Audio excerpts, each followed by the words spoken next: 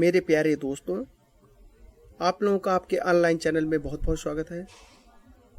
Guys, आज हम एक महत्वपूर्ण टॉपिक ऊर्जा परिदृश्य के बारे में अध्ययन करेंगे। ठीक, इसमें इस चैप्टर में हम देखेंगे कि ऊर्जा क्या होता है, ऊर्जा के स्रोत कौन कौन से हैं, ऊर्जा का उपयोग कहाँ पर है, ऊर्जा के संसाधन कहाँ पे हैं। तो इन सब के बारे में हम एक महत्वपूर्ण जानकारी प्राप्त करेंगे। ओके गाइस, एक महत्वपूर्ण सूचना कि जितने बच्चों ने अभी सब्सक्राइब नहीं किया वो सब्सक्राइब कर लें। कारण ये है कि मैं देख रहा था कि 54% वीडियो देखने वाले सब्सक्राइबर हैं और 46% अनसब्सक्राइबर हैं। तो इस प्रकार से जो अनसब्सक्राइबर हैं 46%, प्लीज़ वो लोग भी इसको सब्सक्राइब कर लें।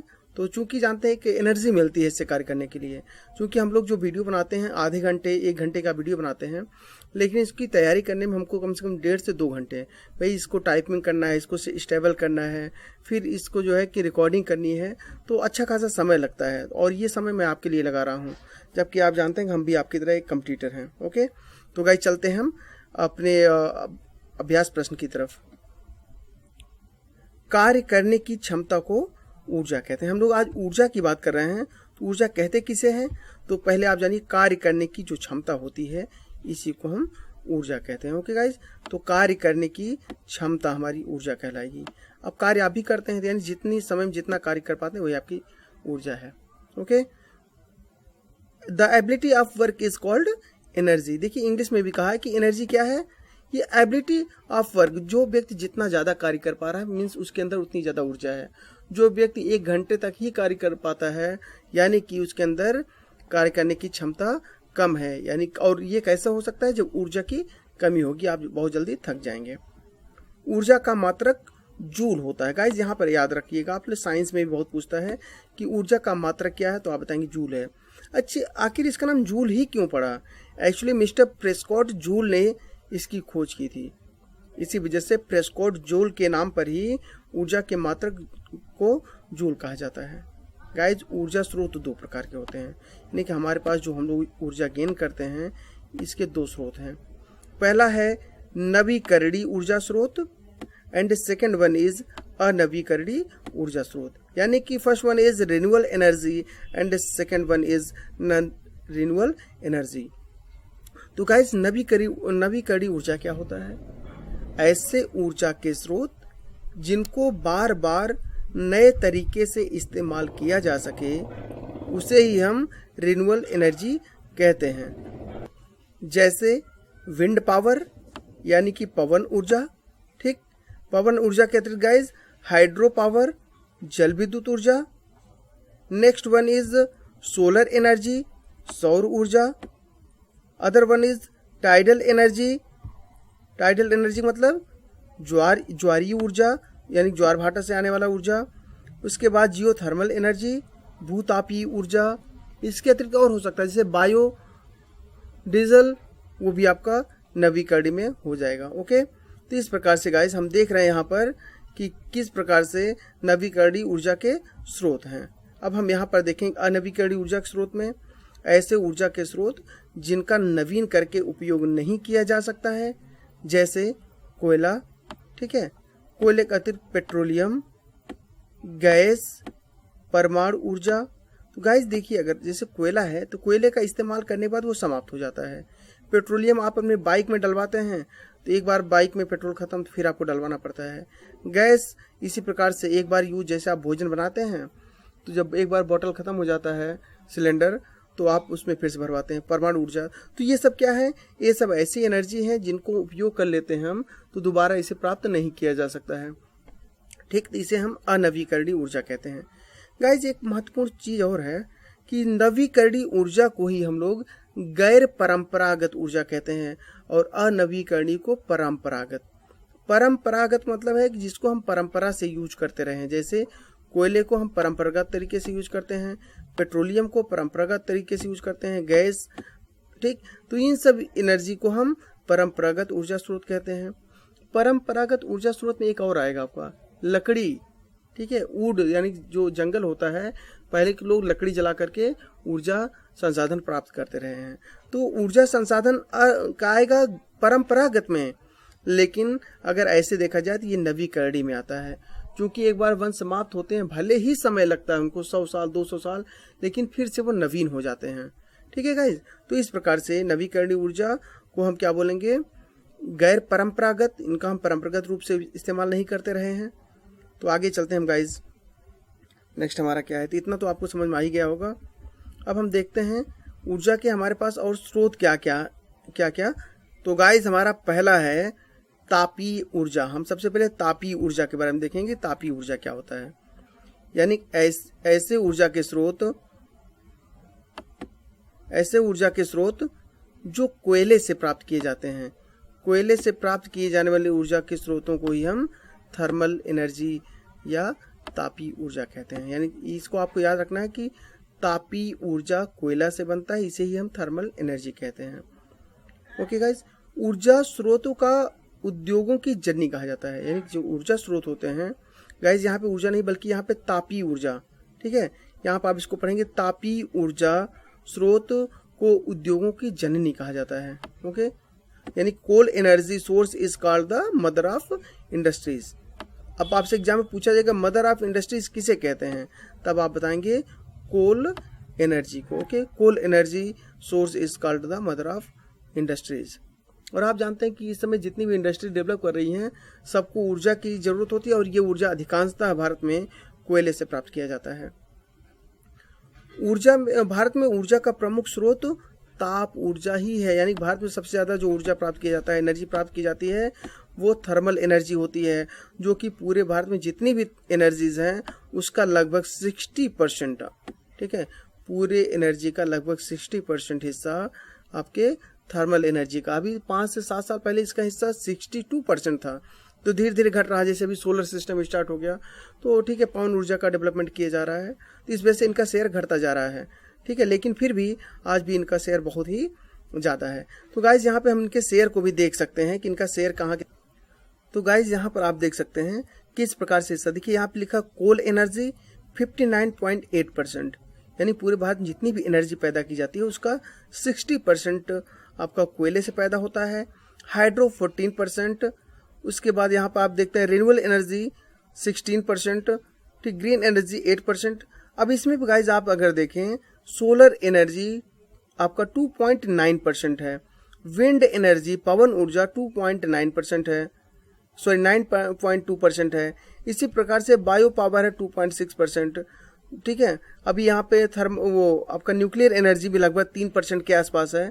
तो इस प्रकार से आप इनका शेयर देख सकते हैं कि सबसे ज़्यादा शेयर कोल एनर्जी का ही है। और गाइज यहाँ पे आप देख सकते हैं कि power sector set for the bridge है। इसी प्रकार से कोयले का जहाँ पर उत्पादन किया जाता है, ये उसके सोर्सेज होते हैं।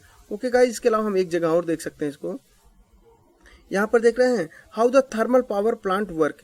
ये थर्मल पावर प्लांट है, ठीक है, यहाँ पे ये कोयले का इस्तेमाल करके यहाँ से काफ़ी मात्रा में बिजली और इत्यादि पैदा की जाती है।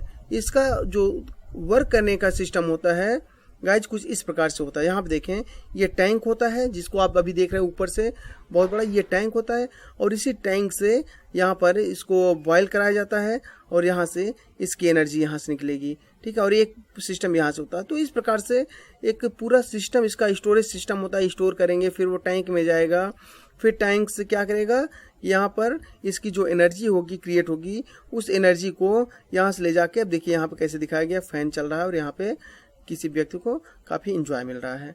तो इस प्रकार से थर्मल सिस्टम का एक पूरा ढांचा होता है।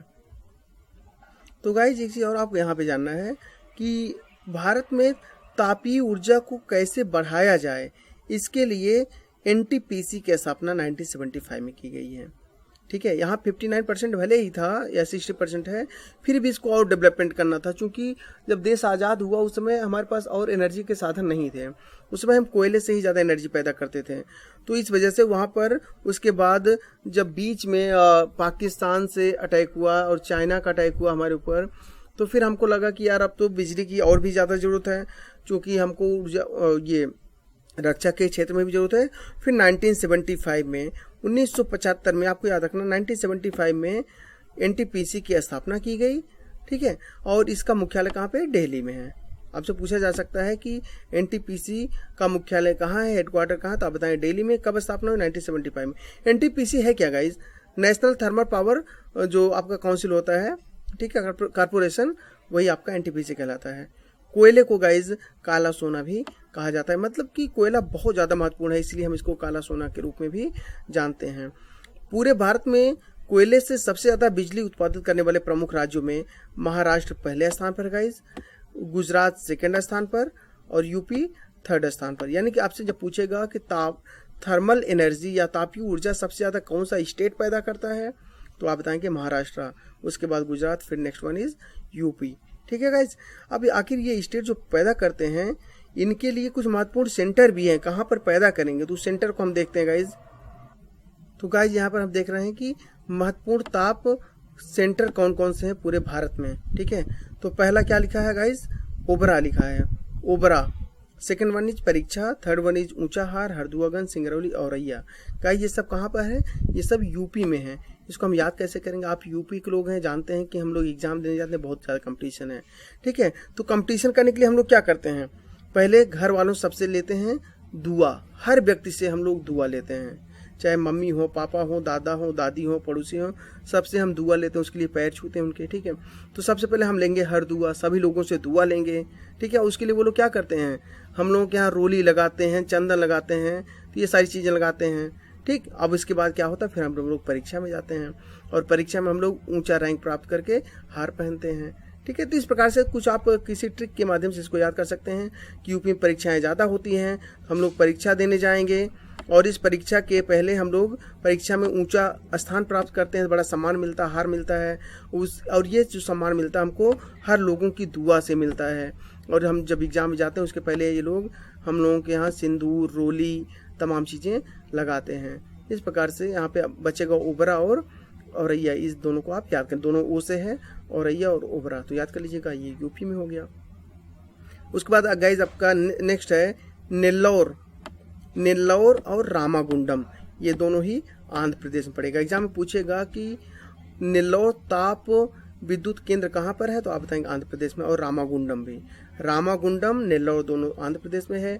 नेवेली गाइज, ये नवेली लिखा है, नवेली को नेवेली भी कहते हैं। ठीक है, नेवेली कहाँ पर है, तमिलनाडु में, क्योंकि तमिलनाडु में आप जानते हो कोयला बहुत पाया जाता है। ठीक है, कोयले के सेंटर तमिलनाडु में है, तो यहाँ पर नेवेली प्रकार का कोयला पाया जाता है। पतरातू, पतरातू में जानते हैं आप कोयला बहुत ज़्यादा पाया जाता है। झरिया तो झरिया तो झारखंड में ही है। इस प्रकार से भारत में कोयला के लिए झारखंड बहुत महत्वपूर्ण है और वहाँ पर एक सेंटर बनाया गया, उस सेंटर का नाम है पतरातू सेंटर। बरौनी कहाँ है गाइज, बिहार में है। तलचर भी कोयले के लिए फेमस है और ये भी उड़ीसा में है, चूँकि उड़ीसा में लोहा और कोयला बहुत ज़्यादा मात्रा में पाया जाता है। तो तलचर उड़ीसा, कोरबा छत्तीसगढ़। ठीक है गाइज, कोरबा छत्तीसगढ़ में है, तलचर उड़ीसा में है, बरौनी बिहार में, पतरातू झारखंड में। ये सब क्या है गाइज, ये सब ताप विद्युत सेंटर हैं, यानी कोयले से बिजली उत्पादन के सेंटर हैं। ओके गाइज, आगे हम देखते हैं कि दुनिया में सबसे ज़्यादा कोयला जो उत्पादित किया जाता है वो चाइना में किया जाता है। आपको याद रखना है, पूरी दुनिया में सबसे ज़्यादा कोयला पैदा करने वाला देश चाइना है। फिर next one is USA, third one is Australia, और गाइज भारत पाँचवें स्थान पे है। ठीक है, भारत किस स्थान पे, तो आप बताएंगे भारत 5वें स्थान पे है। ओके, तो हम चलते हैं गाइज आगे। नेक्स्ट हमारा है, नेक्स्ट टॉपिक देखते हैं। तो गाइज एक और महत्वपूर्ण पॉइंट है यहाँ पे, कोयले के जलने से निकलने वाले पदार्थ को फ्लाई ऐश कहते हैं। मीन्स जब कोयला जलता है तो कोयले के जलने से फ्लाई ऐश निकलता है। फ्लाई ऐश एक्चुअली क्या होता है, जो धुआं होता है कोयले का, धुआं में बहुत ज़्यादा धूल कण होते हैं कोयले के, और ये धूल कण को ही हम फ्लाई ऐश कहते हैं। इससे क्या होता है, जो मजदूर काम करते हैं उसके क्षेत्र में, इनके ये फेफड़े में प्रवेश करता है, इनके लंग में जाता है और इन्हें फेफड़े संबंधी बीमारियां हो जाती हैं, जैसे खांसी आना, जुकाम आना, टीबी हो जाना। तो फ्लाई ऐश से फेफड़े संबंधी बीमारियां होंगी। और ये फ्लाई ऐश कहाँ से निकलता है, तो आप बताएंगे कोयले के जलने से निकलता है। ओके गाइज, हमारा नेक्स्ट है जल विद्युत ऊर्जा, यानी हाइड्रो इलेक्ट्रिक पावर। ओके, तो गाइज हमारा यहाँ पे है जल विद्युत ऊर्जा। कुल विद्युत ऊर्जा में जल विद्युत ऊर्जा का शेयर है वो 22% है। गाइज आपको यहाँ रखना 22% पूरा शेयर है। जबकि अगर पूछेगा ताप ऊर्जा का, तो आप बताएंगे ताप ऊर्जा का जो शेयर है वो लगभग 60% है, और 22% किसका है, जल विद्युत ऊर्जा का। गाइस कि जल विद्युत ऊर्जा एक्चुअली दो हिस्सों में बटा हुआ है, एक है बड़ा प्रोजेक्ट, ठीक है, big project, and second one is small project. तो बिग प्रोजेक्ट में 16% हिस्सा आता है, 16% बिग प्रोजेक्ट में आएगा, और इसके अलावा जो बचेगा 6% वो आएगा स्मॉल प्रोजेक्ट में।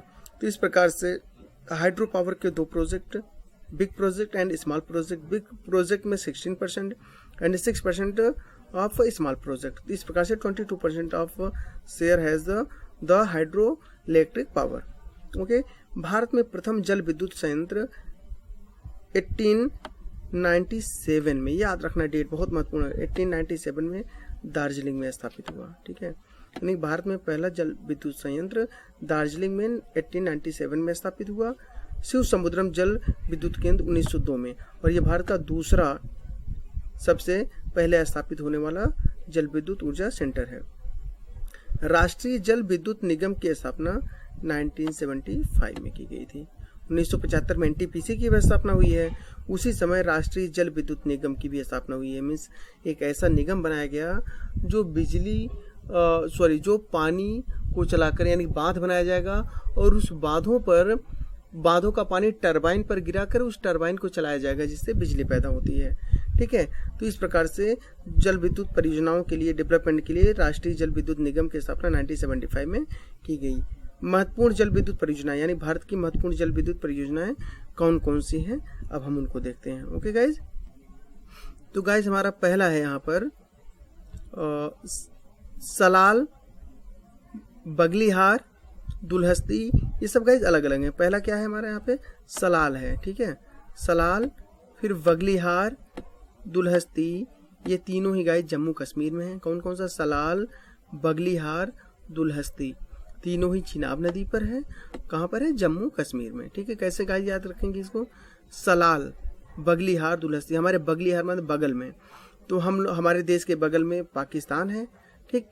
और पाकिस्तान में हमारे देश के जो लाल होते हैं, जवान होते हैं, जो आर्मी के युवा हमारे हैं, ये सभी लोग वहाँ पर जाते हैं और वहाँ पर हमारे देश की रक्षा करते हैं, ठीक है। वहाँ पर कई बार तो उनके लिए बहुत सारे सामान भी दिए जाते हैं, तो यानी कि उनसे हम लोग हाथ में मिलाते हैं कि ठीक है आप मान जाओ, बट वो लोग मानने को तैयार नहीं होते हैं, ठीक है। इस प्रकार से आप इसको याद कर सकते हैं। नेक्स्ट वन इज, तो guys next one is Nathpa Jhakri. Nathpa Jhakri भी महत्वपूर्ण है। अब ये कहाँ पर है नाथपा झाकरी, तो आप बताएंगे नाथपा झाकरी आपका हिमाचल प्रदेश पड़ता है। यहाँ पे लिखा बिगेस्ट, यानी कि पूरे भारत में जितनी भी जल विद्युत परियोजना है उनमें सबसे बड़ी जल विद्युत परियोजना नाथपा झाकरी है। It is the biggest water project of India, ठीक है। और इसके अलावा हिमाचल में एक और पार्वती, ठीक है। तो हिमाचल में दो याद रखने आपको, नाथपा झाकरी, चूंकि ये सबसे बड़ा है इसलिए याद ही रहेगा आपको। इसके अलावा पार्वती, ये दोनों आपके हिमाचल प्रदेश में हो जाएंगे। नागार्जुन सागर, निजाम सागर, श्रीशैलम, ये तीनों ही आंध्र प्रदेश में हो। ओके गाइज, कैसे याद करेंगे आप इसको, तो आप दिमाग लगा सकते हैं। नागार्जुन सागर बांध है वहाँ पे, ठीक है। तो कहाँ पर है, आंध्र प्रदेश में। तो नागार्जुन सागर बांध के ऊपर ही एक टरबाइन लगा दिया गया है नीचे, और वहाँ पानी गिरा के बिजली पैदा की जाती है, नागार्जुन सागर। और नागार्जुन सागर से मिलता जुलता है निजाम सागर, क्योंकि निजाम शाही जो थी, हिस्ट्री में अगर पढ़ रहे होंगे, निजाम जो होते थे हैदराबाद के, ठीक, तो हैदराबाद के निजाम यानी कि आंध्र प्रदेश। श्रीशैलम, गाइज श्रीशैलम एक टाइगर प्रोजेक्ट भी है। पूरे भारत का सबसे बड़ा टाइगर प्रोजेक्ट श्रीशैलम प्रोजेक्ट ही है, ठीक है। वो श्रीशैलम प्रोजेक्ट के बगल में ही एक जल विद्युत परियोजना बना दी गई है जिसका नाम श्रीशैलम है। ये तीनों आंध्र प्रदेश में हो जाएंगे आपके। नेक्स्ट है शरावती और शिव समुद्रम, दोनों कर्नाटका में है, ठीक है। शिव समुद्रम और शरावती दोनों कर्नाटका में है। गांधी सागर, इंदिरा सागर और तवा, ये तीनों बांध कहाँ पड़ेगा, एमपी में। चूंकि मैंने आपको बताया था गांधी सागर बांध, जवाहर सागर बांध और राणा सागर बांध, ये तीनों ही चंबल नदी पर बनाए गए हैं। तो जवाहर सागर और राणा सागर ये दोनों राजस्थान में आते हैं, लेकिन गांधी सागर एमपी में आता है, ठीक। तो तवा आप जानते हैं नर्मदा की सहायक नदी है, तो तवा हो गया। और इंदिरा सागर, ये तीनों प्रोजेक्ट आपके एमपी में है। इंदिरा सागर बांध एक एमपी में है नर्मदा नदी पर। एक बार इसको डूबने से 800 गांव डूब गए थे, तो बहुत विवाद हुआ था, ठीक है। तो इस तरह से गांधी सागर, इंदिरा सागर और तवा तीनों एमपी में आ जाएगा। कोयना गाइज महाराष्ट्र में, ये तो सिंपल है, आपको याद भी होगा पहले से। इडुक्की और पेरियार ये दोनों भारत में सबसे महत्वपूर्ण है, भले ही छोटे हैं लेकिन इडुक्की और पेरियार दोनों केरला में हैं। रिहंद बांध, माता टीला, राजघाट और शारदा ये सब कहाँ पे है? एमपी में है, ठीक है, सॉरी यूपी में, सॉरी यूपी में। आप जानते हैं रिहंद नदी है यूपी में, तो रिहंद नदी पर बनाया गया रिहंद बांध, और रिहंद बांध पर बनाया गया है रिहंद जल विद्युत परियोजना। ऐसे ही माता टीला है, राजघाट है, शारदा है, ठीक। नेक्स्ट है लोकटक, कहाँ पर है गाइज? लोकटक जल विद्युत परियोजना, तो आप बताएं लोकटक मणिपुर में। एक्चुअली लोकटक एक झील भी है, भारत में एकमात्र तैरता हुआ झील लोकटक झील है मणिपुर में, और उसी के निकट जल विद्युत परियोजना स्थापित की गई है। एक और गाइज याद रखें, ये नया बन रहा भी निम्बो बाजगो जल विद्युत परियोजना जम्मू कश्मीर में अभी स्थापित किया जा रहा है, ठीक है। तो बहुत महत्वपूर्ण है निम्बो बाजगो। इसके पहले आपको बताया सलाल, बगलिहार और दुलहस्ती भी जम्मू कश्मीर में ही है। ओके गाइज, अब हम चलते हैं नेक्स्ट हमारा क्या है, नेक्स्ट प्रोजेक्ट हम देखते हैं। अभी तक हमने देख लिया है ताप को और जल विद्युत को। तो गाइज हमारा नेक्स्ट है परमाणु ऊर्जा, ठीक है, न्यूक्लियर एनर्जी। अब तक हमने दो को देख लिया है, तो हम देखते हैं न्यूक्लियर एनर्जी। न्यूक्लियर एनर्जी होता क्या है? यूरेनियम, प्लूटोनियम और थोरियम इत्यादि द्वारा पैदा की जाने वाली एनर्जी को ही हम न्यूक्लियर एनर्जी बोलते हैं, परमाणु ऊर्जा बोलते हैं, जिसका टोटल एनर्जी में हिस्सा है 2.9। तो मैंने नियर अबाउट 3% लिख दिया है, 2.9, या एग्जाम में सीधे 3% दे देगा, ठीक है। तो परमाणु ऊर्जा का कितना शेयर है? 3% है। जल विद्युत का 22% है, और ताप ऊर्जा का 60%, नियर अबाउट 60%, 59.8%। ओके। भारत में परमाणु ऊर्जा का जनक डॉक्टर होमी जहांगीर भाभा को माना जाता है।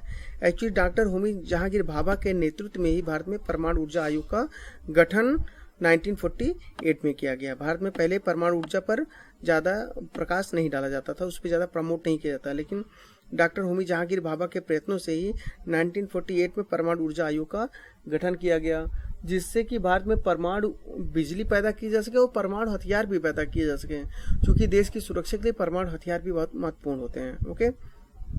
तो भारत का प्रथम परमाणु रिएक्टर का नाम अप्सरा है। ओके। भारत थोरियम का सबसे बड़ा उत्पादक देश है। भारत में यूरेनियम और प्लूटोनियम के स्रोत तो नहीं है, लेकिन दुनिया में सबसे ज़्यादा थोरियम भारत में पाया जाता है। और भारत में भी केरल स्टेट में, केरल के बालुओं में मोजामाइट होता है, मोजामाइट के अंदर में ही थोरियम पाया जाता है। आपसे पूछा जा सकता है कि थोरियम कैसे निकाला जाता है, तो आप बताएंगे मोजामाइट से। कहाँ पर सबसे ज़्यादा, तो बताएंगे भारत के केरल स्टेट में। भारत के प्रमुख परमाणु शक्ति केंद्र गाइस कौन कौन से हैं? तारापुर आएगा महाराष्ट्र में, कलपक्कम तमिलनाडु में, कर्नाटका, सॉरी यहाँ पे काकरापारा है गाइस, काकरापारा गुजरात में, कुडनकुलम तमिलनाडु में, जैतपुरा महाराष्ट्र में, रावतभाटा राजस्थान में, नरौरा उत्तर प्रदेश में, कैगा कर्नाटक में, मीठी बिरदी गुजरात में। कैसे गाइस याद करेंगे? कलपक्कम, पहले तारापुर याद रखिए, तारापुर को ही आजकल बार्क कहा जाता है, ठीक है, BARK, ठीक है, Bhabha BARK, Bhabha atomic research के से क्या होता है, जो भी होगा, तो यानी कहने का मतलब बार्क है, सॉरी C है, ठीक है, कॉर्पोरेशन।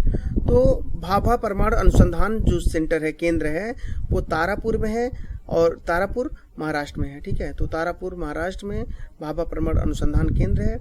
कलपक्कम का है तमिलनाडु का। कर्नाटक देखिए काकड़ापारा, कैसे आते हैं? काकड़ापारा मतलब कंकड़ पत्थर। आप जानते हैं कि खंभात की खाड़ी, कच्छ का रण, ये सब गुजरात में पड़ता है, वहाँ पे कंकड़ पत्थर अधिक मात्रा में पाए जाते हैं। तो इस प्रकार से आप गुजरात याद रखेंगे। कुडनकुलम आपको याद रखना है, काफ़ी नया है, तमिलनाडु में है। तमिलनाडु में दो है, कलपक्कम और कुडनकुलम, ठीक है गाइज। यहाँ पे रावत भाटा आप जानते हैं, रावत और राजस्थान दोनों मिलता जुलता है। नरौरा आप जानते हैं कि उत्तर प्रदेश में ही है, तो कोई दिक्कत नहीं। कैगा कर्नाटका में है, ये आपको याद रखना। मीठी बिरदी अभी गाइज ये बन रहा है, मीठी बिरदी गुजरात में। जानते हैं गुजरात के लोग बड़ी मीठी मीठी भाषा इस्तेमाल करते हैं, वो अपने भोजन में हर चीज़ मीठा इस्तेमाल करते हैं, इसलिए मीठी बिरदी गुजरात में हो गया। और जैतपुरा भी अभी बन रहा है, ये दोनों अभी हाल फिलहाल में PCS के एग्जाम में पूछे गए हैं। तो जैतपुरा महाराष्ट्र में और मीठी बिरदी गुजरात में। ओके गाइज, तो हम चलते हैं अपने नेक्स्ट पैटर्न पे कि हमारा नेक्स्ट पैटर्न क्या बोलता है यहाँ पर। ओके, तो गाइज यहाँ पर परमाणु ऊर्जा के बारे में कुछ और महत्वपूर्ण तथ्य दिए गए हैं, इन तथ्यों को हम देख लेते हैं। परमाणु ऊर्जा का कारण नाभिकीय विखंडन होता है, ये बात आपको रखना है कि नाभिकीय विखंडन के कारण परमाणु ऊर्जा पैदा होती है। यानी जब यूरेनियम का हम इस्तेमाल करते हैं या प्लूटोनियम का, तो इनमें क्या होता है, नाभिकीय विखंडन होता है। याद रखना है, नाभिकीय विखंडन के कारण परमाणु ऊर्जा पैदा होती है। नाभिकीय संलयन, देखिए यहाँ पर ये अंतर समझना आपको, नाभिकीय विखंडन होता है परमाणु ऊर्जा में, ठीक है, लेकिन यहाँ पर लिखा है नाभिकीय संलयन हाइड्रोजन और हीलियम के अंतःक्रिया का परिणाम है। यहाँ पर मैंने जानबूझ के दोनों लिख दिया है। नाभिकीय संलयन कहाँ होता है गाइज, नाभिकीय संलयन में आपका सौर ऊर्जा में जो होता है वो नाभिकीय संलयन होता है, लेकिन परमाणु ऊर्जा में नाभिकीय विखंडन होता है। तो इस दोनों को इसी वक्त देख लेना, परमाणु ऊर्जा में नाभिकीय विखंडन और नाभिकीय संलयन होता है सौर ऊर्जा में, ठीक है। सौर ऊर्जा का कारण नाभिकीय संलयन होता है जिसमें हाइड्रोजन और हीलियम के बीच अंतःक्रिया होती है। ओके, चलते हैं। भारत में नाभिकीय ईंधन कॉम्प्लेक्स की स्थापना हैदराबाद में की गई है। अगर आपसे पूछेगा भारत में नाभिकीय ईंधन कॉम्प्लेक्स की स्थापना कहाँ की गई है, तो आप बताएंगे हैदराबाद में की गई है। नाभिकीय विखंडन की गति को नियंत्रित करने के लिए कैडमियम की छड़ का इस्तेमाल किया जाता है। आप पहले भी कई एग्जाम में कर भी चुके होंगे। नाभिकीय विखंडन जब होता है यानी परमाणु ऊर्जा के लिए नाभिकीय विखंडन होगा, और इस नाभिकीय विखंडन को नियंत्रित करने के लिए कैडमियम की छड़ का इस्तेमाल किया जाता है। और कई बार जब ये ज़्यादा तेजी से जलने लगता है तो मंदक के रूप में भारी जल का इस्तेमाल करते हैं, या तो गलित सोडियम का इस्तेमाल करेंगे। अधिकांशतः भारी जल जो D2O होता है, D2O को हम भारी जल कहते हैं, तो मंदक के रूप में भारी जल का उपयोग होता है। नहीं तो अगर भारी जल का उपयोग नहीं हो रहा तो गलित सोडियम का इस्तेमाल किया जाता है। ओके, नाभिकीय विखंडन की खोज ऑटो हान एवं स्ट्रासबर्ग ने की थी। ये भी पूछ सकता है, नाभिकीय विखंडन की प्रक्रिया जो होती है इसकी खोज किसने की, बताएंगे ऑटो हान एवं स्ट्रासबर्ग ने की थी। ओके गाइज, तो इतनी बात आपको शायद समझ में आ गई होगी। हम चलते हैं अब अपने सोलर सिस्टम की तरफ। तो गाइज इसके पहले हम एक चीज़ देखते हैं, सोलर ये आपके न्यूक्लियर एनर्जी का सिस्टम क्या होता है। जैसे आप देखें, आप ये न्यूक्लियर रिएक्टर होता है, ठीक। न्यूक्लियर रिएक्टर में क्या होगा, स्ट्रीमिंग होगी। अब यहाँ से जब भाप बनेगा, ठीक है, अब यहाँ से एनर्जी देखिए स्ट्रीम होकर यहाँ जाएगी। अब यहाँ पे टरबाइन लगाइए, ये क्या है, टरबाइन है। जैसे आपके फैन में पंखियाँ लगी होती है, ऐसे टरबाइन लगा होता है। और ये जब टरबाइन चलेगा फिर यहाँ से क्या होगा, एनर्जी क्रिएट होगी। सॉरी, हाँ गाइज, यहाँ से देख सकते हैं हम थोड़ा सा। और ये क्या है, इसका ये कूलिंग सिस्टम है, जहाँ पे ये एनर्जी को तोड़ा जाता है। कई भागों में एनर्जी को तोड़ा जाएगा तो यहाँ पे वाटर के थ्रू, और जब ये ज़्यादा तेज जलेगा तो मैंने बताया कि आपको सोडियम का इस्तेमाल हम करेंगे, गलित सोडियम या D2O का इस्तेमाल कर लेंगे। इसमें बेरियम की छड़ लगी होती है। तो इस प्रकार से यहाँ पे आपके यहाँ बिजली क्रिएट की जाती है। यहाँ से टरबाइन ये किया जाएगा, यहाँ से जो एनर्जी निकलेगी टरबाइन चलेगा, और इस टरबाइन के माध्यम से यहाँ पर हॉट वाटर को भाप में कन्वर्ट करा के और यहाँ भेज देंगे, तो यहाँ पर ये फ्यूल इकट्ठा हो जाएगा, ठीक है। और यहाँ पे कंट्रोल रॉड्स लगे होते हैं, और ये कंट्रोल रॉड्स किसका है, मैंने आपको अभी बताया है कि ये कंट्रोल रॉड्स आपका बेरियम का होता है, ठीक है। तो गाइज यहाँ पर आप इसको और अच्छे तरीके से देख सकते हैं। देखिए यहाँ पे क्या लगा है, ये सब आपका मॉडरेटर है और फ्यूल रॉड है। यहाँ देख रहे हैं, ये फ्यूल रॉड का मतलब है यही आपका यूरेनियम होगा, थोरियम होगा, जो भी है, तो ठीक है। अब यहाँ पे कंट्रोल रॉड्स लगे, ये कंट्रोल रॉड्स है, यही आपका बना हुआ है बेरियम का, ठीक है। तो बोरान की जो छड़ें होती हैं, अब इनका इस्तेमाल यहाँ किया जाएगा। अब यहाँ से क्या होगा कि एक यहाँ से, अब देखिए जब ये जलेंगे तो यहाँ से प्रेशर रिलीज होगा। अब इस प्रेशर रिलीज को हम यहाँ पर लेके जाएंगे, ठीक है। और यहाँ पे अब क्या होगा, ये स्ट्रीम यहाँ से पैदा होगी, यानी भाप पैदा होगी। अब इस स्ट्रीम को हम लेकर के जाएंगे आगे। यहाँ पे देखिए टरबाइन लगा हुआ, ब्लेड्स लगे हुए हैं। अब ये टरबाइन चलना शुरू कर देते हैं, ठीक। और ये जब टरबाइन चलेंगे फिर यहाँ से बिजली पैदा होगी, और ये बिजली देखिए कंडेंसर लगा करके इसको आगे बढ़ाया जाएगा। और यहाँ पर ये है इसका अल्टीमीटर, यानी कि बिजली को मापता है, कितनी बिजली पैदा हो रही है, इससे यहाँ से इसकी माप करेंगे और फिर इसी को हम ले जाके इस्तेमाल करेंगे अपने उपयोग के लिए। ओके गाइज, तो हम चलते हैं अपने आगे चैप्टर की तरफ। अब हम देखें आप सोलर सिस्टम। तो गाइज हमारा नेक्स्ट है सोलर सिस्टम, सौर एनर्जी, ठीक है। सौर एनर्जी का सिस्टम थोड़ा सा देख लेते हैं। सौर ऊर्जा का मुख्य स्रोत क्या है, सूर्य है। सौर ऊर्जा का मुख्य स्रोत सूर्य है। सूर्य में यहाँ पूजा लिखा है गाइज, एक्चुअली ये ऊर्जा है। सूर्य में ऊर्जा का कारण नाभिकीय संलयन होता। मैं आपको अभी यही बता रहा था कि सौर में ऊर्जा का कारण नाभिकीय संलयन होगा, फोटोसिंथेसिस होगी, और जबकि नाभिकीय विखंडन की क्रिया आपके परमाणु ऊर्जा में होगा। ओके, नाभिकीय संलयन हाइड्रोजन और हीलियम के अंतःक्रिया का परिणाम है। नाभिकीय संलयन किसका परिणाम है, हाइड्रोजन और हीलियम का। एक्चुअली क्या होता है, जो सूर्य होता है उस सूर्य में हाइड्रोजन और हीलियम एक दूसरे से इंटरएक्शन करते हैं, ठीक है, रिएक्शन करते हैं और उससे रिएक्शन, वही रिएक्शन नाभिकीय संलयन कहलाता है और इसी से सूर्य में प्रकाश पैदा होता है। ओके, एनर्जी पैदा होती है। सूर्य प्लेट सिलिकॉन की बनी होती है। जो सूर्य हम लोग देखते हैं, सूर्य से जो प्रकाश आता है, हमारे यहाँ बहुत सारी प्लेट्स लगी होती हैं और उसी प्लेट्स में हम लोग क्या करते हैं, बिजली को ऑब्जर्व करवाते हैं। तो इसको थोड़ा सा देखने के लिए हम यहाँ गाइस देख सकते हैं। यहाँ आप देख रहे हैं आप, ये सूर्य है, सूर्य का प्रकाश पड़ रहा है इन प्लेटों पर। ये क्या है, ये सब सोलर सिस्टम के प्लेट्स हैं। और यहाँ पे जो ब्लू कलर का देख रहे हैं, एक्चुअली में यहाँ पर सिलिकॉन लगा होता है और यही सिलिकॉन सूर्य के प्रकाश, आने वाले प्रकाश को ऑब्जर्व करता है। फिर उसी को हम यूज करते हैं बिजली के अन्य उपयोगों में। देख सकते हैं यही सब सोलर प्लेट्स हैं और इस सोलर प्लेट्स में सिलिकॉन लगी होती है। ठीक है, तो ये सिलिकॉन सबसे ज़्यादा महत्वपूर्ण है, इस बात को आपको बहुत ध्यान से समझना है। ओके गाइज, तो हम चलते हैं थोड़ा आगे और देखते हैं क्या सिस्टम है हमारे यहाँ। सूर्य प्लेटें आप बताएंगे सिलिकॉन की बनी होती हैं। अंतर्राष्ट्रीय सौर संगठन का मुख्यालय नोएडा में, यानी कि भारत में अभी कुछ साल पहले अंतर्राष्ट्रीय स्तर पर सौर ऊर्जा को बढ़ावा देने के लिए फ्रांस और भारत के सहयोग से एक संगठन स्थापित किया गया है। उसे हम अंतर्राष्ट्रीय सौर ऊर्जा संगठन कहते हैं और इसका मुख्यालय नोएडा में बनाया गया। और ये पहला ऐसा अंतर्राष्ट्रीय संगठन है जिसका मुख्यालय भारत में बनाया गया है। ओके गाइज, चलते हैं हम अपने पवन ऊर्जा की तरफ। अब गाइज हम देखें यहाँ पवन ऊर्जा क्या होता है। हवा के माध्यम से पैदा की जाने वाली एनर्जी को ही हम विंड एनर्जी या पवन ऊर्जा कहते हैं। ओके गाइज, तो ये महत्वपूर्ण चीज़ है। उसके पहले हम यहाँ पे थोड़ा सा देखेंगे क्या सिस्टम होता है पवन एनर्जी का। ठीक है, यहाँ पे आप देख सकते हैं। The same wind that used to pump water for cattle is now turning giant wind turbines to power cities and homes. Okay, have a look at this wind farm in the California desert. A hot desert next to tall mountains, an ideal place for a lot of wind. Here's another one on the windy prairies of Wyoming. Now, today's wind turbines are much more complicated machines than the old prairie windmills, but the तो guys इस प्रकार से आप यहाँ पे देख रहे हैं कि किस प्रकार से यहाँ पर एक पवन चक्की लगी हुई है, उसकी पंखुड़ियाँ लगी हुई हैं। जब हवाएं चलती हैं तो ये पंखुड़ियाँ चलने लगती हैं और इससे क्या होता है, एनर्जी क्रिएट हो जाती है। उसी को हम पवन ऊर्जा कहते हैं। ठीक है गाइज, तो इसका भी सिस्टम थोड़ा सा और देखेंगे कि इस प्रकार से ये सिस्टम काम करता है आपका। पहले इसको और देख लें। तो पवन ऊर्जा में भारत का यूएसए के बाद दूसरा स्थान पे, यानी पूरे दुनिया में सबसे ज़्यादा पवन ऊर्जा पैदा करने वाला देश यूएसए है, जबकि भारत का दूसरा स्थान है। लेकिन दुनिया में सबसे पहले नीदरलैंड ने पवन ऊर्जा को संचालित किया था, यानी दुनिया में सबसे पहले पवन ऊर्जा को संचालित करने वाला देश नीदरलैंड है। इस समय सबसे ज़्यादा शेयर यूएसए का है और दूसरे नंबर पर भारत का है। भारत में पवन ऊर्जा उत्पादन में प्रमुख जो प्रदेश है तमिलनाडु है, उसके बाद महाराष्ट्र है। लेकिन इसकी क्षमता गुजरात में और राजस्थान में बहुत ज़्यादा है।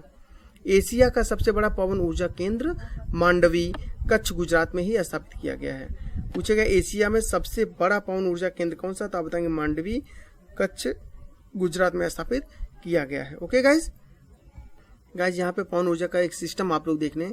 यहाँ पे पंखुड़ियाँ लगी हुई हैं। अब ये पंखुड़ियाँ जब चलेंगी तो क्या होगा, यहाँ से इसके चलने के कारण एनर्जी पैदा होगी। यहाँ देखिए कई दिखाएं, एक पंखुड़ी, एक यहाँ पर पवन पंखी, यहाँ पे पवन पंखी, यहाँ पवन पंखी। ठीक है, अब इन सब से क्या होगा, एनर्जी क्रिएट होगी। अब ये एनर्जी क्रिएट करके देखिए यहाँ पे ला रहे हैं, दिखा रहे हैं थर्मल स्टोरेज। यहाँ पे इस थर्मल स्टोरेज इसको करेंगे, फिर यहाँ से इसको कनेक्ट कराएंगे और ले जाके देखिए यहाँ से आपका क्या चल रहा है, ये टरबाइन चलने लगा। और जैसे टरबाइन चलने लगा तो ऐसे बिजली पैदा हो गई। अब इसी बिजली को देखिए आप खंभे के माध्यम से पूरे देश में फैला दिया जा रहा है। तो इस प्रकार से आपने देखा कि पवन ऊर्जा का सिस्टम क्या है। चलते गाइस ज्वारीय ऊर्जा, हम टाइडल एनर्जी। ज्वारीय ऊर्जा क्या होता है, ज्वार भाटा के द्वारा पैदा की जाने वाली एनर्जी को ही हम ज्वारीय ऊर्जा कहते हैं। इसको सिस्टम आप थोड़ा सा देखें यहाँ पे गाइस, तो आसानी समझ पाएंगे आप। देखिए The main ones being tidal barrages, tidal fences, and tidal turbines. Tidal barrages are the most efficient tidal energy sources. A tidal barrage is a dam that utilizes the potential energy generated by the change in height between high and low tides. This energy turns a turbine or compresses air, which in turn creates electricity. Tidal fences are turbines that operate like giant turnstiles, whereas tidal turbines are similar to wind turbines. तो guys यहाँ पे आप देख रहे हैं कि किस प्रकार से जब ज्वार आता है तो टरबाइन चलने लगता है, जब ज्वार खत्म होता, भाटा होता, तभी टरबाइन चलने लगता है। तो ये टरबाइन जो चलता है तो इसी से जो है यहाँ पर एनर्जी पैदा हो जाती है और इसी एनर्जी को हम लोग कहते हैं ज्वारीय ऊर्जा। ओके, भारत में खंबात की खाड़ी और कच्छ की खाड़ी, लक्षद्वीप, अंडमान निकोबार द्वीप समूह यही टाइडल एनर्जी के लिए सबसे ज़्यादा फेमस है। यानी टाइडल एनर्जी कहाँ आएगी? समुद्र में आएगी, जहाँ पे ज्वार भाटा आता है। तो खंबात की खाड़ी में ज्वार भाटा आएगा, कच्छ की खाड़ी में आएगा, लक्षद्वीप में, अंडमान निकोबार में, इन सारे क्षेत्रों में बहुत ही ज़्यादा टाइडल एनर्जी पैदा की जाती है। ज्वारीय ऊर्जा के लिए उपयुक्त स्थान भारत में बता रहे, ज्वारीय ऊर्जा के लिए उपयुक्त स्थान कौन कौन सा है? खंबात खाड़ी, कच्छ की खाड़ी, लक्षद्वीप और अंडमान निकोबार। भारत में प्रथम समुद्री तरंग विद्युत संयंत्र विजिंगम में लगाया गया। विजिंगम केरल में आता है। भारत में सबसे पहले समुद्री तरंगों द्वारा जो बिजली पैदा की जाती है की गई विजिंगम में पैदा की गई, जो कि आपका केरल में आता है। ओके गाइज, नेक्स्ट देखते हैं। तो गाइज हमारा नेक्स्ट है, अब यहाँ पे नेक्स्ट है ये, आप भूतापीय ऊर्जा, इसको अलग से उसी मत जोड़िएगा। भारत में भूतापीय ऊर्जा का प्रमुख केंद्र। भूतापीय ऊर्जा क्या होता है गाइज? कई बार होता है कि पृथ्वी की, आप जानते हैं पृथ्वी के स्टेनोस्फेयर के अंदर में बहुत ज़्यादा एनर्जी है। वो एनर्जी कभी कभी किसी लीकेज के माध्यम से पृथ्वी की सतह पर आ जाती है और उसका उपयोग लोग एनर्जी के रूप में करने लगते हैं। इसी को हम बोलते हैं भूतापीय ऊर्जा, यानी कि पृथ्वी के जमीन के अंदर से निकलने वाली ऊर्जा को भूतापीय ऊर्जा कहते हैं। भारत में इसका जो प्रमुख केंद्र है वो पूगा घाटी है। पूगा घाटी जम्मू कश्मीर में और मणिकरण हिमाचल, ये दोनों बहुत ही ज़्यादा फेमस है। मणिकरण हिमाचल प्रदेश बहुत ज़्यादा फेमस है और पूमा घाटी जम्मू कश्मीर भी बहुत ज़्यादा फेमस है। ओके, चलते हैं गाइज, नेक्स्ट हमारा क्या है? बायोडीजल पे देखते हैं। बायोडीजल के प्रमुख स्रोत रतनजोत एवं करंज हैं। गाइज बायोडीजल जो होता है उसका प्रमुख स्रोत करंज और रतनजोत है। रतनजोत को ही जेट्रोफा कहा जाता है। जेट्रोफा कुछ और नहीं बल्कि रतनजोत ही है। ठीक है, रतनजोत को हम जेट्रोफा कहते हैं। तो भारत में जो या दुनिया में सबसे ज़्यादा महत्वपूर्ण बायोडीजल के सेंटर वो साधन है वो है रतनजोत और करंज। देश का पहला बायोडीजल संयंत्र काकीनाडा आंध्र प्रदेश में स्थापित किया। जब से पूछा गया देश का पहला बायोडीजल संयंत्र केंद्र कहाँ स्थापित किया गया तो आप बताएंगे काकीनाडा कहाँ पर है? आंध्र प्रदेश में। आंध्र प्रदेश के बारे में आपने इसके पहले भी बहुत ज़्यादा देख लिया है। बायोडीजल के आविष्कारक जॉन डॉस्टा पेरेंट हैं जो कि ब्राज़ील के निवासी हैं। ओके, कहाँ के हैं तो आप बताएंगे ब्राज़ील के। नाम क्या है? जॉन डॉस्टा पेरेंट, और इन्होंने ही बायोडीजल का आविष्कार किया था। बस तो गाइज, अक्षय ऊर्जा दिवस 20 अगस्त को राजीव गांधी के जयंती पर मनाया जाता है। ये भी एक फैक्ट आप याद रखिएगा, अक्षय ऊर्जा दिवस। तो आप बताएंगे अक्षय, जब भी पूछा अक्षय ऊर्जा दिवस तो आप बताएंगे 20 अगस्त को मनाया जाता है। और 20 अगस्त को ही क्यों तो आप बताएंगे राजीव गांधी का जन्म दिवस था। ठीक है, तो इतना आपने देख लिया। अब हम चलते हैं मॉक टेस्ट की तरफ। हमारे मॉक टेस्ट में आपको सॉल्व करना है और उसको जल्दी से जल्दी अपने नंबर गेन करके कमेंट बॉक्स में लिखना है। ओके गाइज, तो गाइज आपका पहला क्वेश्चन है काकड़ापारा परमाणु शक्ति केंद्र किस राज्य में है? काकड़ापारा ऑप्शन है आपका कर्नाटका, तमिलनाडु, गुजरात और महाराष्ट्र। जल्दी आप लगाएं guys. The right answer is Gujarat. मैंने बताया था कंकड़ पत्थर कहाँ पे है तो आप बताएं खंबात की खाड़ी और कच्छ का रण, ये जो गुजरात का हिस्सा है जहाँ पर नर्मदा और ताप्ती नदियाँ जाके गिरती हैं तो वहाँ पर काकड़ापारा है गुजरात में। नेक्स्ट वन, भारत में ऊर्जा उत्पादन में सर्वाधिक भागीदारी किस प्रकार की ऊर्जा की है? यानी भारत में जितनी ऊर्जा पैदा की जाए सबसे ज़्यादा हिस्सा किसका है? ऑप्शन में है जल विद्युत ऊर्जा, ताप विद्युत ऊर्जा, परमाणु ऊर्जा और सौर ऊर्जा। राइट आंसर इज ताप ऊर्जा। कितना परसेंट? लगभग 60%। जल विद्युत का 22%, परमाणु ऊर्जा का 2.9%, सौर ऊर्जा का लगभग 3%। लोकटक शक्ति परियोजना किस राज्य में है? ऑप्शन है आपका Bengal, Kerala, Meghalaya, Manipur. Right answer is Manipur. Okay, आप जानते हैं लोकटक झील भी है, लोकटक झील के पास में ही लोकटक जल विद्युत परियोजना स्थापित की गई है जो कि मणिपुर में है। गाइस हमारा नेक्स्ट क्वेश्चन है क्वेश्चन नंबर 4, निम्न में से किसे भविष्य का ईंधन कहते हैं? ऑप्शन है आपका प्राकृतिक गैस, मीथेन, कार्बन और hydrogen. The right answer is hydrogen. निम्न में से कौन सा राज्य ताप विद्युत का सबसे बड़ा उत्पादक देश है? सबसे बड़ा ताप विद्युत कौन सा राज्य पैदा करता है? मीन्स कोयले से सबसे ज़्यादा बिजली कौन सा स्टेट पैदा करता है? ऑप्शन है Maharashtra, Tamil Nadu, Bihar, Chhattisgarh. The right answer is Maharashtra. Bharat में पहली लहर ऊर्जा परियोजना किस स्थान पर पैदा की गई? यानी समुद्री लहर से पैदा होने वाली ऊर्जा सबसे पहले भारत में कहाँ पर सेंटर स्थापित किया गया? ऑप्शन में कांडला, कारवार, धारवाड़, विहंगम। नहीं होके बल्कि यहाँ पे विझंगम है। Okay, Vizhinjam. The right answer is Vizhinjam. कहाँ पर है गाइस? केरल में, मैंने आपको पहले बता दी केरल में बिजिंगम है, और बिजिंगम में ही सबसे पहले समुद्री ऊर्जा पैदा करने का प्रयास किया गया। ओके गाइज, हम चलते हैं अपने नेक्स्ट क्वेश्चन की तरफ। The next question is question number 7। Bharat में अधिकांश जल विद्युत शक्ति किस नदी पर स्थित है? ओके, अब तो गाइस 7 नंबर, भारत में अधिकांश जल विद्युत शक्ति किस नदी पर स्थित है? ऑप्शन में है Ganga, Yamuna, Kaveri, Brahmaputra, Sindhu. The right answer is Ganga, Yamuna. Ganga और यमुना नदी पर ही अधिकांश बांध बनाए गए हैं और इन्हीं पर जल विद्युत संयंत्र भी स्थापित किए गए हैं। ओके, उड़ान गैस आधारित परियोजना किस राज्य में है? गाइस ये मैंने आपको अभी तक नहीं बताया है, कुछ आपको अलग से करना भी पड़ेगा। उड़ान गैस आधारित एक परियोजना किस राज्य में है? महाराष्ट्र, उत्तर प्रदेश, गुजरात और Paschim Bengal. The right answer is Gujarat. Okay, Kakrapar कहाँ है? गुजरात में। ठीक है, काकड़ापारा भी आपका गुजरात में है। ओके, मीठी विरदी कहाँ है? वो भी गुजरात में है। आगे चलते हैं गाइस, भारत में प्रथम जल विद्युत संयंत्र की स्थापना कहाँ की गई? प्रथम जल विद्युत संयंत्र, ऑप्शन में है Darjeeling, Mohra, Shivasamudra, Varanasi. The right answer is Darjeeling. कब की गई? 1897 में। कहाँ पर? दार्जिलिंग में। शिवसमुद्रम कब? 1902 में। आगे हमारा है गाइस 10वां क्वेश्चन, आपको यहाँ पे मिलान करना है। मिलान में है आपका पतरातू, तलचर, रामागुंडम, सिंगरौली, कौन सा किस स्टेट में है? तो गाइज आप दिमाग लगाइए जल्दी से, उसके बाद हम बता रहे हैं आपको। चलिए, पतरातू कहाँ है गाइज? पतरातू झारखंड है क्या? ऑप्शन कहीं? यस, यहाँ पे है झारखंड। पतरातू झारखंड में। तलचर उड़ीसा है क्या कहीं पे? यस, तलचर उड़ीसा हो गया। रामागुंडम आंध्र प्रदेश है क्या? यस, आंध्र प्रदेश। सिंगरौली कहाँ पर है गाइज? उत्तर प्रदेश में। तो इस प्रकार से आपने आपका अपना मॉक टेस्ट समाप्त किया है। Thank you guys, thank you. देखते रहें, आप दोस्तों के साथ शेयर करें और सब्सक्राइब करवा दें जितने भी दोस्त आपके हैं। ठीक है, थैंक यू।